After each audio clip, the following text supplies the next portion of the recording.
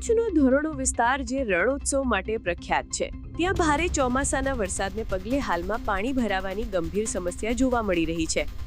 આ ઋતુકૃત પૂર એ કચ્છના મોટા રણમાં એક પુનરાવર્તિત ઘટના છે, જે વાર્ષિક વરસાદ દરમિયાન ખારા રણને વિશાળ ખારા દલદલમાં ફેરવી દે છે. તાજેતરના ભારે વરસાદે કચ્છ જિલ્લાના ઘણા ભાગોને ડૂબાડી દીધા છે, જેનાથી સામાન્ય જનજીવન અને વાહન વ્યવહારને અસર થઈ છે. આ વિસ્તારમાં ભૂતકાળમાં પણ ગંભીર પૂરનો ઇતિહાસ રહ્યો છે, જેના કારણે પ્રખ્યાત રણોત્સવને મોકૂફ રાખવાની ફરજ પડી હતી.